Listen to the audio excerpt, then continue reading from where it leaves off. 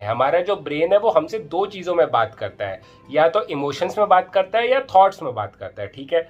पर जो थॉट्स और इमोशंस है वो कनेक्टेड है। अगर आप बैठ के सैड थॉट्स सोचते रहोगे कि मेरा ये हो जाएगा, मैं तो लूजर हूँ, मैं तो फेल हूँ, तो आपको सैडनेस वाला इमोशन आएगा, राइट। और अगर आप घबराहट वाली चीज़ सोचने लगोगे कि अरे मैं फेल हो जाऊंगा, आगे फ्यूचर में ये हो जाएगा मेरा, वो हो जाएगा, तो आपको घबराहट भी होने लगेगी।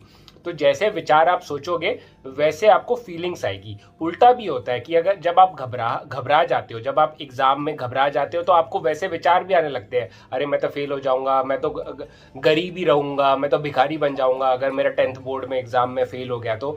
ये जो थॉट्स, फीलिंग्स और जो बिहेवियर है, उसके बाद तुम डर जाते हो। तो ये एक साइकिल है कि थॉट्स आते हैं, जैसे एंग्जाइटी के थॉट्स आएंगे, फिर एंग्जाइटी की फीलिंग आएगी और हम बिहेव करेंगे। क्या बिहेव करेंगे? फॉर एग्जाम्पल, आप एग्जाम में आप भूल जाओगे कि क्या लिखना है, या आपको पसीने आने लग जाएंगे, या आप बहुत स्ट्रेस में आ जाओगे, तो वो बिहेवियर है।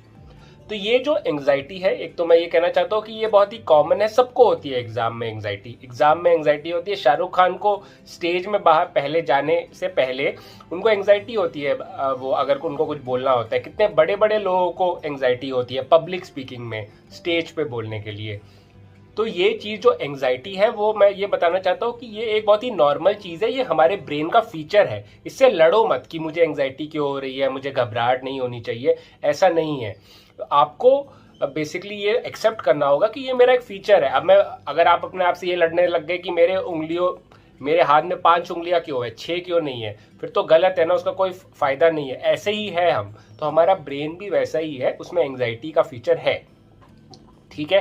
तो अभी ठीक है, हम एक्सेप्ट कर लिया कि एंग्जाइटी कॉमन है। जब भी हम कुछ नया करने के लिए जाते हैं या हमें लगता है कि वो डेंजर है, एग्जाम में आपको स्ट्रेस होता है ना कि एग्जाम में मैं फेल हो गया तो क्या होगा, ठीक है।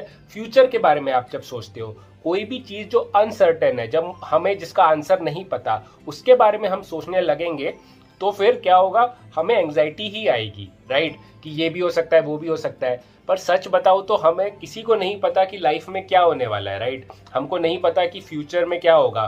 फ्यूचर पता होता तो आराम से हम बैठते ना, पर हमको पता ही नहीं कि फ्यूचर में क्या होने वाला है, तो हम स्ट्रेस में आ जाते हैं, हम एंग्शियस हो जाते हैं। तो जब हम किसी अनसर्टेन चीज के बारे में सोचने लगते हैं कि ये हो जाएगा, वो हो जाएगा, तो एंग्जाइटी जो है वो कॉमन है।